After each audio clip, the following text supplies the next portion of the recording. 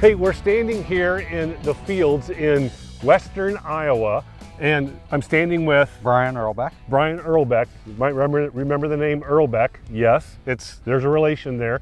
We're standing here in the fields. This is the very fields where Iowa Legendary Rye and Sextral Rye gets their rye crop from. But before we get into that, tell me about where we're standing and what you do here. Right here, we farm around 1,100 acres farm ground, and part of it is we got from our parents, Teresa's parents, which is a heritage farm, and then part of it we have bought, and part of it we rent for all of our ground. And this is a heritage farm, right? This is, yes. And explain what a heritage farm is. Heritage farm is one that's handed down from generation to generation, and so it's been handed down from Teresa's grandpa to her dad, and then from her dad we bought it, and we own it now. Okay, so we're standing in a rye field. Yes. Doesn't look like much. Nope, not for winter. So explain to me the rye cooking process, so to speak, to make rye. To put it in the ground, well, we have to decide in the fall where we want to plant it, and this is where we put it on this ground.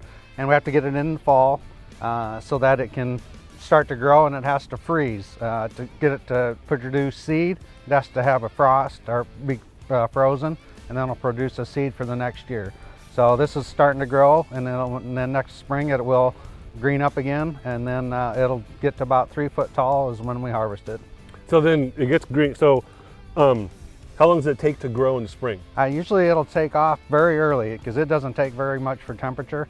It'll start growing in early April, and then by July, end of June, it'll start turning yellow, and then by July it'll be pretty well yellow. And about the third week of July, in that week, usually depending on weather, is when we harvest it, and it'll be totally yellow. It'll test probably around 13% moisture, and then we'll harvest that and put it in the bin.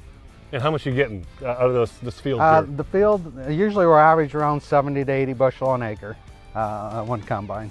And then, so does that all go to Iowa Legendary Rye? No, just part of that. They take so many pounds a year. The rest of it we use back for cover crop again, and then cover the rest of our ground to save the soil and stuff.